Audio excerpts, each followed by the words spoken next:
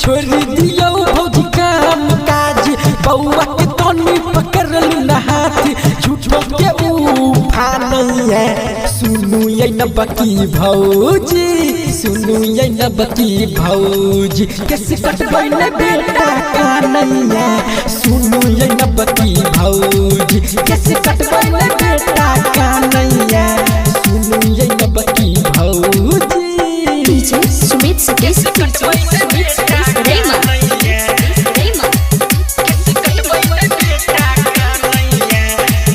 Recording by RR Music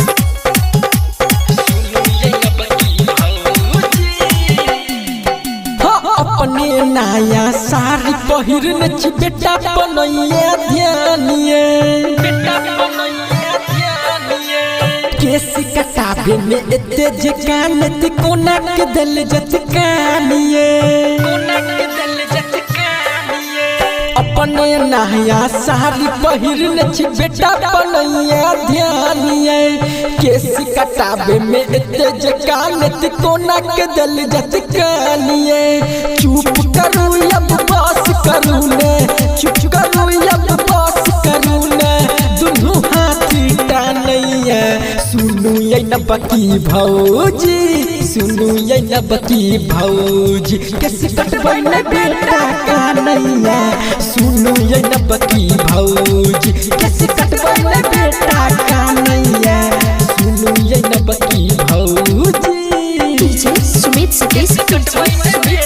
Raymond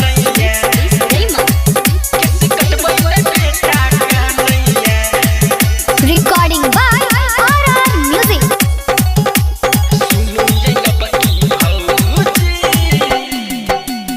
ऐसन fashion छोड़ का भौजी बेटा से करू न प्यारिए हल्ला करैया देखू न हजमा की छोड़ दियो निछावरिए ऐसन फैसन छोड़ का भौजी बेटा से करू न प्यारिए हल्ला करैया देखू न हजमा की छोड़ दियो निछावरिए प्रीतम प्रेमी कह अहाँ के राइटर राजा कह अहाँ के बेटा अहाँ के नहीं मानैया सुनु ये न बकी भौजी सुनु ये न बकी भौजी कैसे कटबै न बेटा का नैया